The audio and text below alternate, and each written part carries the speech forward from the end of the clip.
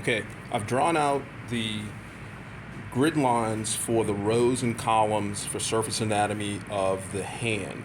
And what I did was, my initial starting point is to establish the joint line between the third metacarpal and the capitate. And so what I do in order to do that is I place my finger, so there's a little concavity of the capitate here. And so what I do is just go distal to that concavity, and then I'll just apply a gentle traction force to feel for separation between the third metacarpal and the capitate. And so I just draw a line there. Then what I do from there is I extend that line obliquely in a radial direction and an ulnar direction.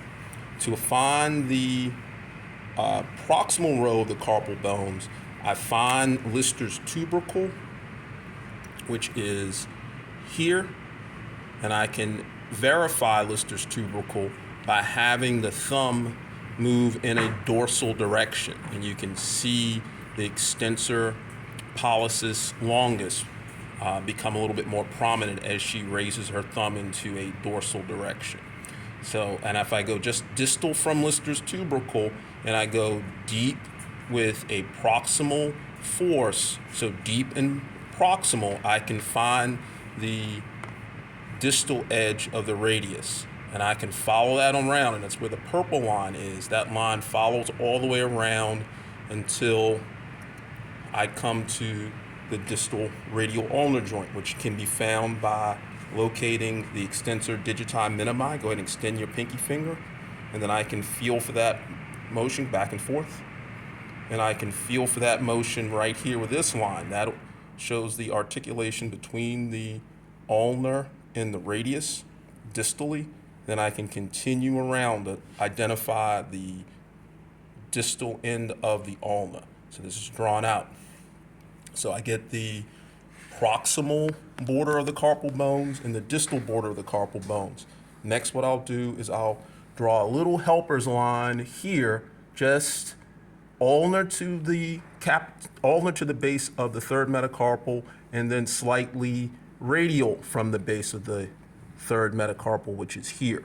This will give me an idea where the middle carpal row is, and so I can extend a helper's line here going towards the radius and ulna. So there's a helper's line that shows the middle carpal row. Then I can come around to the radial styloid and find the radial border of the carpal row. And then from the ulnar styloid to the fifth metacarpal base in order to establish a radial column, middle column, ulnar column.